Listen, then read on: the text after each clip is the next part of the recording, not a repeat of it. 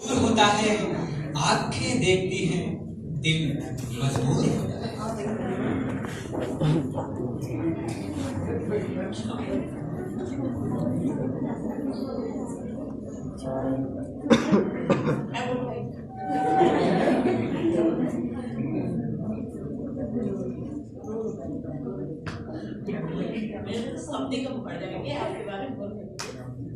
मैं memory card लेके आया हूँ दी। आदरणीय प्रिंसिपल साहब और आदरणीय सभी भाई जी और यहाँ पर सभी रिस्पेक्टेड टीचर्स एंड मेरे प्यारे बच्चों, सबको मेरा तुम सबको मेरा प्यार और बड़ों को नमस्कार।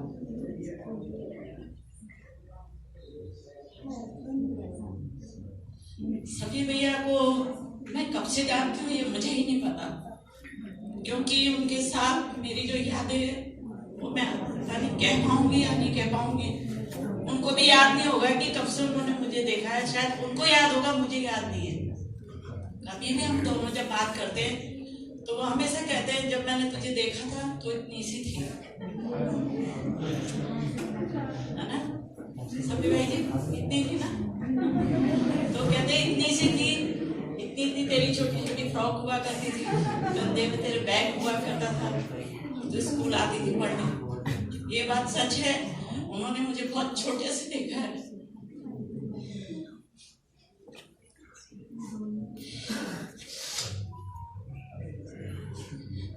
और वो मेरे मतलब भाई जी तो मैं स्कूल के नाते उनको बोलती हूँ, वैसे वो मेरे पिता समान हैं।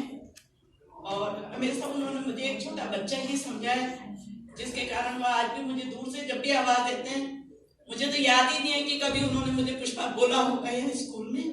वो हमेशा से मुझे बाबू बोलते हैं। शायद ये आवाज अब मुझे सुनने को कभी मिलेगी भी नहीं।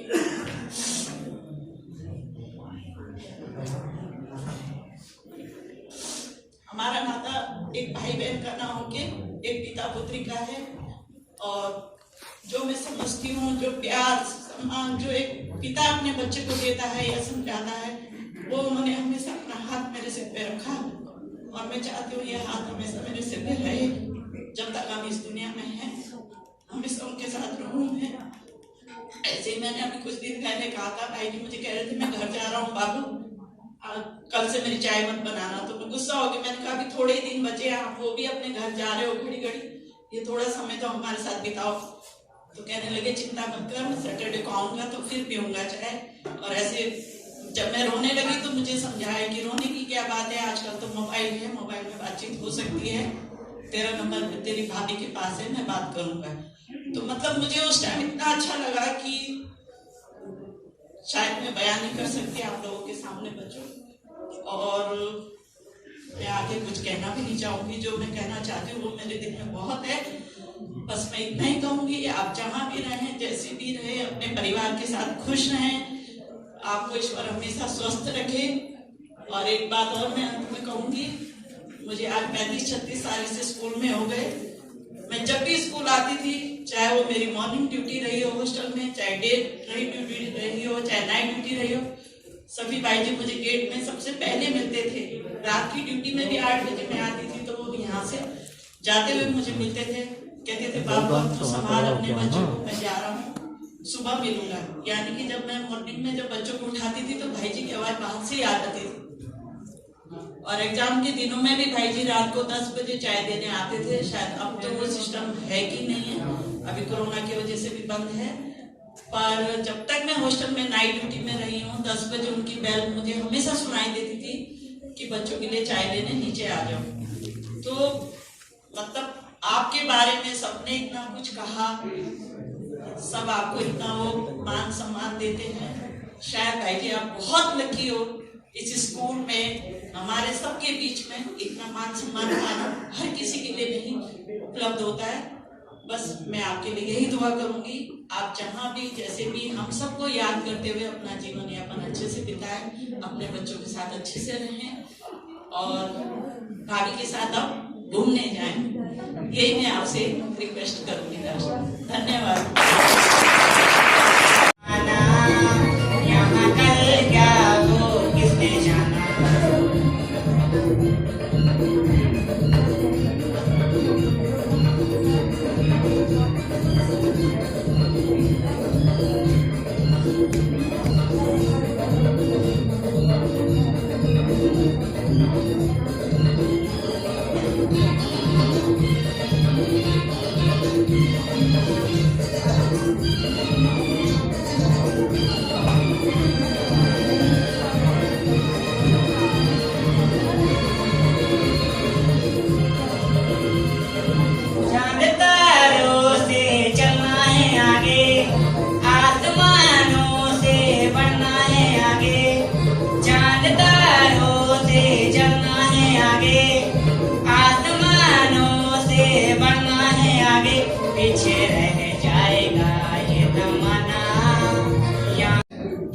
ये है धर्मेंद्र को, जो आपके साथी हैं और इस स्कूल के बहुत ही ओजस्वी वक्ता हैं, तो उनको ये धन्यवाद है। और सर्वप्रथम परम आदरणीय प्रधानाचार्य महोदय को, और आज के कार्यक्रम के प्रमुख आकर्षण जो हमारे सफी भाई, जिनको मैं बहुत लंबे अरसे से जानता हूं, आप लोग विश्वास नहीं कर सकते। यहां तक आप लोग सोच नहीं सकते, मैं सफी भाई के पिताजी को भी जानता हूं, और उस समय वो यहाँ पर जॉब करते थे। और सफी भाई को याद नहीं होगा, आप लोगों की तरह मैं भी यहाँ पर इधर उधर लुढ़कता रहता था, और कभी कभी शैतानियां भी करता था। सफी भाई को शायद याद नहीं होगा, मैं कभी इनसे डांट भी खा लेता, तो मैं डरता भी था इनसे। लेकिन आजकल तो शैतानियां खैर नहीं करता, क्योंकि आप लोग आए थे शैतानी करने के लिए, तो मैं नहीं करता। खैर सफी भाई, यहां पर क्या है कि इस विद्यालय में सफी भाई के आने से जैसे एक युग नहीं होता, एक अलग ही युग का प्रारंभ हो गया। जैसे स्वर्ण युग नहीं, आप लोगों ने युग विभिन्न प्रकार के पढ़े, तो एक युग का अलग प्रारंभ हो गया। तो हमारे सबसे पहले हिम्मत सर आए, उन्होंने बताया कि किस प्रकार का उनका व्यक्तित्व, जो व्यक्तित्व भी सोचता होगा कि क्या व्यक्तित्व है। और उसके बाद उन्होंने, हिम्मत सर ने एक जो आकाश से तारा नहीं होता है, सितारा तोड़कर उनके व्यक्तित्व में निखार ला दिया। फिर ब्रजलाल सर ने एक और तारा तोड़ा और उनके व्यक्तित्व में और निखार लाए। फिर उसके बाद हरीश सर आए, उन्होंने 4 चांद लगा दिए।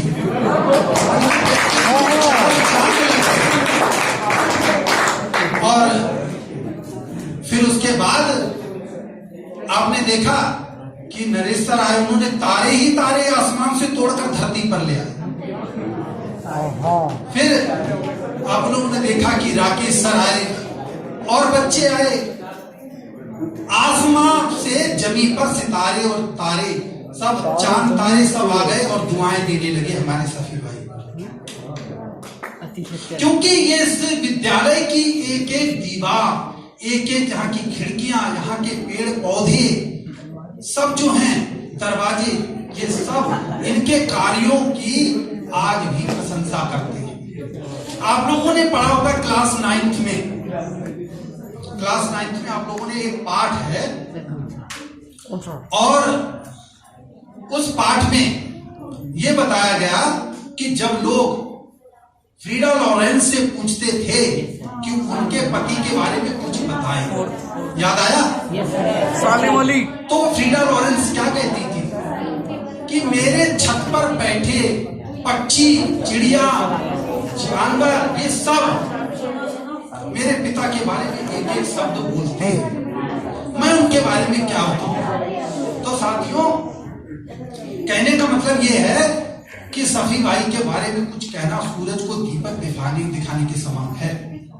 बहुत कुछ उनके कार्य हमेशा अनुशासन में, समय पर, जिस प्रकार प्रतिदिन सूर्य अपने समय पर निकलता है, हवा अपने समय से चलती है, सब कुछ अनुशासन में होता है। तो उनसे हमें अनुशासन सीखने को मिला कि हमें कैसे अनुशासन में रहना चाहिए, ये हमको सीखने को मिला।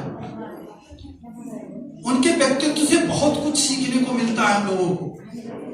खैर, उनके बारे में तो बहुत कुछ हम लोगों ने अभी यहाँ पर हमारे गुरुजनों से हम लोगों ने सीखा, समझा। और यहाँ पर उनके बारे में कुछ पंक्तियां मैंने भी लिखी हैं और कोशिश करता हूं आपके समक्ष प्रस्तुत करने की। और इन पंक्तियों में कि इतनी आसानी से नहीं पिता, इतनी आसानी से नहीं हो जाता कोई पिता। सफी भाई के लिए इतनी आसानी से नहीं हो जाता कोई पिता। वो पल जो आपके साथ बिताए थे, वो पल जो आपके साथ बिताए थे, अब आंखों में बंद याद बन जाएंगे।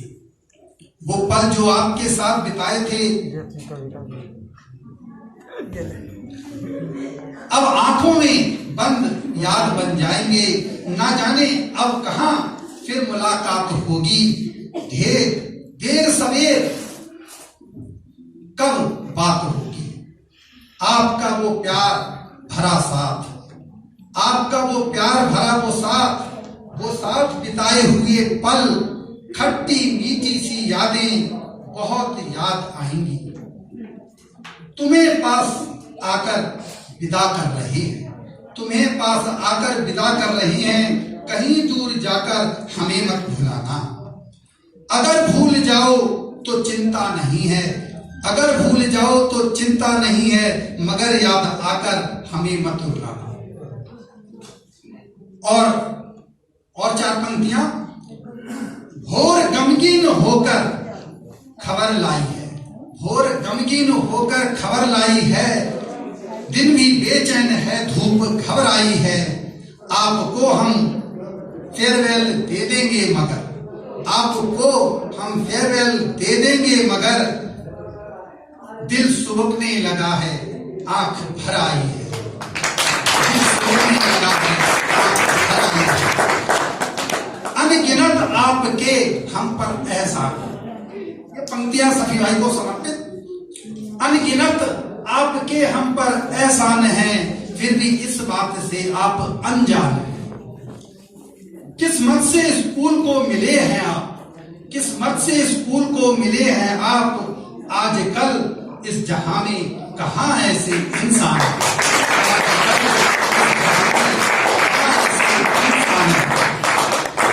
ऐसा नहीं है कि हम सहते नहीं हैं, ऐसा नहीं है कि हम सहते नहीं हैं, बस दिल का दर्द हम कहते नहीं। जब से आपकी विदाई की खबर सुनी है, जब से आपकी विदाई की खबर सुनी है, बस तब से हम थोड़ा खुश कम रहते हैं। और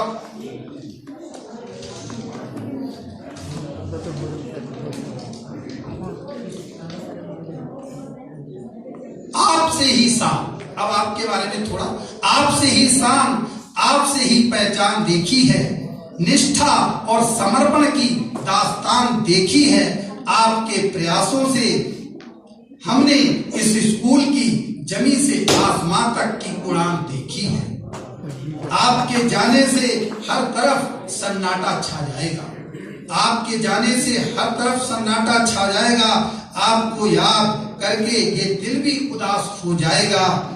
आपको हो ना हो पर आपकी कमी का एहसास हमें जरूर होगा। जिंदगी भर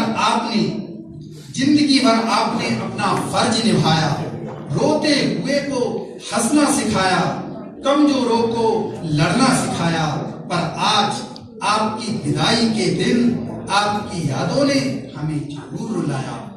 आज आपकी यादों ने हमें जरूर रुलाया। तो मैं अपनी इन्हीं पंक्तियों के साथ सफी भाई को बहुत बहुत शुभकामनाएं देता हूँ। आपका जीवन सुखमय बीते, आपकी हर इच्छा पूर्ण हो, आपकी सारी मनोकामनाएं पूर्ण हो। हम सबकी जो है एक तरीके से दुआएं आपके साथ हैं। आप सदैव खुश रहें और हम लोगों से मिलते रहें। विद्यालय के इस प्रांगण में विराजमान श्रीमान सफी भाई जी, पूजनीय प्रधानाचार्य महोदय, आदरणीय शिक्षकगण एवं मेरे प्यारे साथियों, आज इस विदाई की बेला में मैं अश्रु की बजाय कुछ मुस्कान बिखेरने हेतु यहाँ पर हाजिर हुआ हूँ। ये कुछ अल्फाज हैं, कुछ शब्द हैं जिनसे जोड़कर लाइनें बनी हैं और कहते हैं कि व्यक्ति की पहचान नहीं की जाती, व्यक्ति की पहचान नहीं की जाती, व्यक्तित्व खुद ही पहचान करा देती है। तो ये पंक्तियां सादर समर्पित हैं सफी भाई जी को। मेरे लफ्जों पे गौर कीजिएगा, बजाय कि मेरे अंदाज़े बयान है। तो ये जिंदगी है, ये जिंदगी है और ये जिंदगी कभी रिटायर नहीं होती। ये जिंदगी है, ये जिंदगी कभी रिटायर नहीं होती। और ये मुस्कान है, ये मुस्कान कभी रिटायर नहीं होती। और क्या क्या रिटायर हो रहा है उनके साथ मैं वो बताने चाह रहा हूँ। रिटायर हो रही हैं आपकी स्कूल की जिम्मेदारियां, रिटायर हो रही हैं आपकी स्कूल की जिम्मेदारियां, रिटायर हो रही हैं आपकी अनचाही थकान, रिटायर हो रही हैं हम बच्चों की शोर और किचकिच, और रिटायर हो रही हैं कर्मचारियों द्वारा दिया गया जद्दोजहद। ये जिंदगी है, ये जिंदगी कभी रिटायर नहीं होती, और ये मुस्कान है, ये मुस्कान कभी रिटायर नहीं होती। रिटायर हो रही है आपकी प्रेयर से छुट्टी तक की घंटी, आज तक बेल भी टाइम से नहीं करता अभी जब से हम आए हैं। हम लोग स्पोर्ट्स का पीरियड कर रहे थे, वहां इंग्लिश का पीरियड चल रहा है। तो रिटायर हो रही है आपकी प्रेयर से छुट्टी तक की घंटी, रिटायर हो रही है आपकी प्यारी सी कॉफी और टी, रिटायर हो रही है आपकी सारी CL, PL और ML, और रिटायर हो रही है सभी काम करने की वो संघर्ष। ये जिंदगी है, ये जिंदगी कभी रिटायर नहीं होती, और ये मुस्कान है, ये मुस्कान कभी रिटायर नहीं होती। मिलने वाली है, क्या क्या मिलने वाली है अब लाइफ में, वो उसको दर्शाने का प्रयास है मेरे द्वारा। कि मिलने वाली है आपको एक नई सुबह, मिलने वाली है आपको एक नई सुबह, जिसमें होगी अलमस्त नींद, लाइफ होगी विदाउट टेंशन, और रजाई में लेटे लेटे मिलेगी खुद पेंशन। ये जिंदगी है, ये जिंदगी कभी रिटायर नहीं होती, और ये मुस्कान है, ये मुस्कान कभी रिटायर नहीं होती। कि मिलने वाला है आपको पोते पोतियों का प्यार, घर परिवार में व्यस्त होकर सजेगा एक नया संसार। ये ठीक है, ये ठीक है कि आपकी याद हमें बहुत आएगी, ये ठीक है कि आपकी याद हमें बहुत आएगी, और यही याद आपके घर हमें चाय पकौड़ी के लिए खींच आएगी। ये जिंदगी है, ये जिंदगी कभी रिटायर नहीं होती, और ये मुस्कान है, ये मुस्कान कभी रिटायर नहीं होती। कि कामयाबी इसमें नहीं, कामयाबी इसमें नहीं कि आप कितने बड़े हो गए, कामयाबी इसमें नहीं कि आप कितने बड़े हो गए, कामयाबी इसमें है कि आज कितने साथ खड़े हो गए। व्यक्ति जीवन में आते हैं चले जाते हैं, व्यक्ति जीवन में आते हैं चले जाते हैं, पर कम ही होते हैं जो आपकी तरह मुस्कान बिखेर जाते हैं। आपको विद्यालय प्रांगण में देखकर, आपको विद्यालय प्रांगण में देखकर ऊर्जा का एहसास होता है, कर्म ही पूजा है आपकी, भाव स्पष्ट होता है। उस ऊर्जा भाव को हम यूं ही बनाए रखेंगे, उस ऊर्जा भाव को हम यूं ही बनाए रखेंगे। हाँ, आपको हम दिल में सदा बसाए रखेंगे। कभी कभी ऐसा भी एहसास हुआ, कभी कभी ऐसा भी एहसास हुआ कि क्या संस्कार रहे होंगे उन माता पिताओं की, जिन्होंने आपको सहृदय, सहनशील व कर्मठ बनाया। धन्य हुए हम सब आज, धन्य हुए हम सब आज, जो साथ आपका पाया, जो साथ आपका पाया। बहुत बहुत शुक्रिया।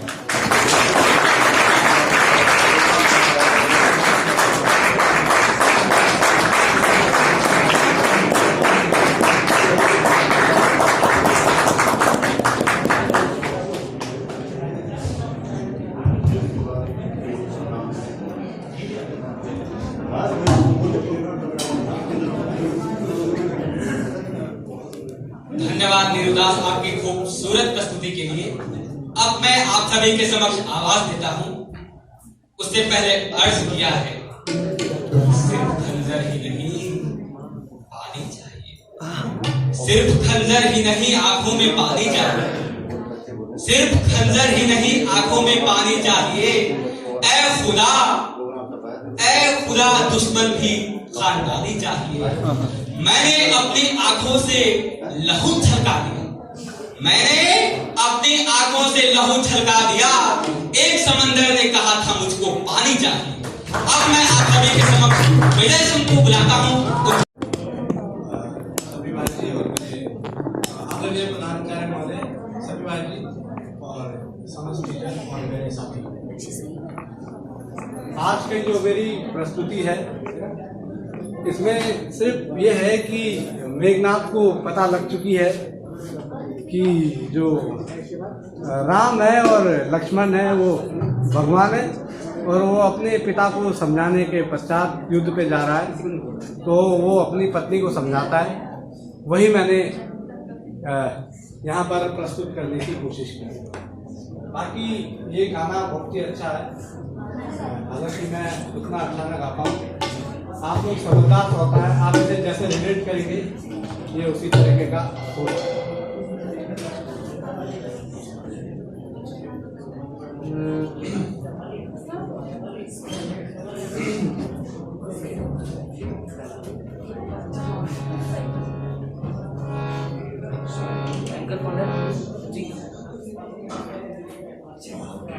प्रियसी दो अंतिम बार विदा, ये सेवक ऋणी तुम्हारा है।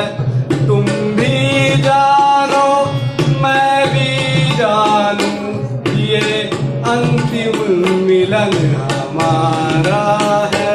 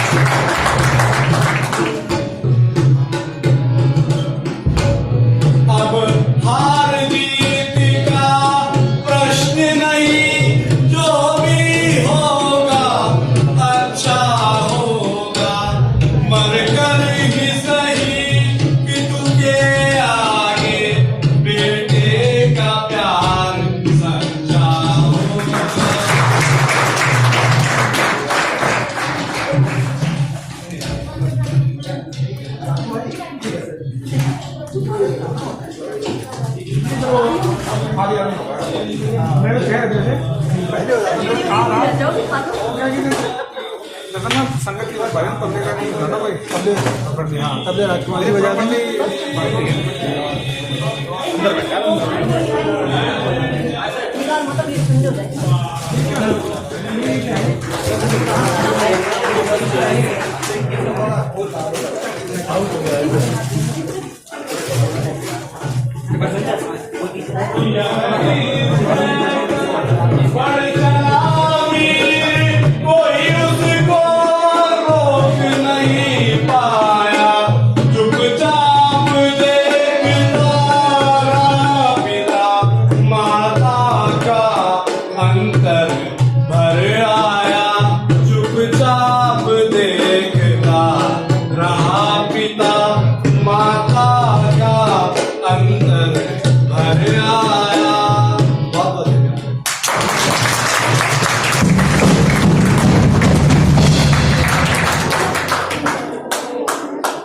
उम्मीद जितना मैं आप सभी के बीच बुलाना चाहूंगा आदित्य पंत को उनकी एक प्रस्तुति के लिए।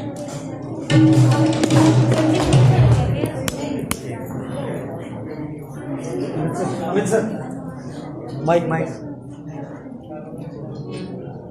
आदित्य